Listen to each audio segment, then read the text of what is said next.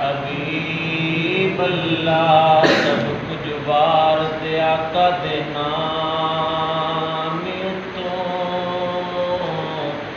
ते तेरा नाम मिट जावे तां फेर आखी वे सब कुछ वार दे आका दे नाम तो ते तेरा नाम मिट जावे तां फेर आखी दुखा सुखा विच सोहणे नूं सद्या कर नेड़े दुख कोई आवे तां फेर आखी